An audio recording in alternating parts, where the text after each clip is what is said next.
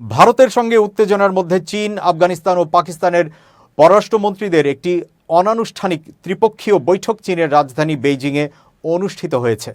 বৈঠকে সভাপতিত্ব করেন চীনা পররাষ্ট্রমন্ত্রী ওয়াং ই। তিনি চীনের কমিউনিস্ট পার্টির কেন্দ্রীয় রাজনৈতিক ব্যুরোর সদস্য। বৈঠকে পাকিস্তানের উপপ্রধানমন্ত্রী ও পররাষ্ট্রমন্ত্রী মোহাম্মদ ইসহাক দার ও আফগানিস্তানের ভারপ্রাপ্ত পররাষ্ট্রমন্ত্রী মৌলভী আমির খান মুত্তাকি অংশ নেন। চীনা বার্তা সংস্থা সিনহুয়ার তথ্য মতে বৈঠকে তিন দেশের মধ্যে পারস্পরিক সহযোগিতা ও আস্থা বৃদ্ধির বিষয়গুলো নিয়ে বিস্তারিত আলোচনা হয়।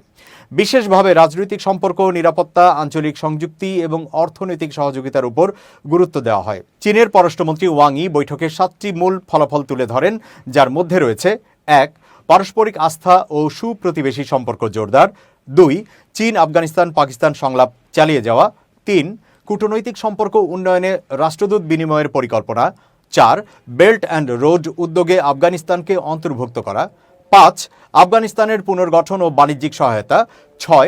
সন্ত্রাসবাদ বিরোধী সহযোগিতা এবং 7. আঞ্চলিক শান্তি ও স্থিতিশীলতা রক্ষা। ওয়াং ই বলেন, চীন চায় আফগানিস্তান ও পাকিস্তান নিজেদের বাস্তবতার আলোকে উন্নয়নের পথ বেছে নিক এবং তাদের সার্বভৌমত্ব ও নিরাপত্তা রক্ষায় সক্ষম হোক।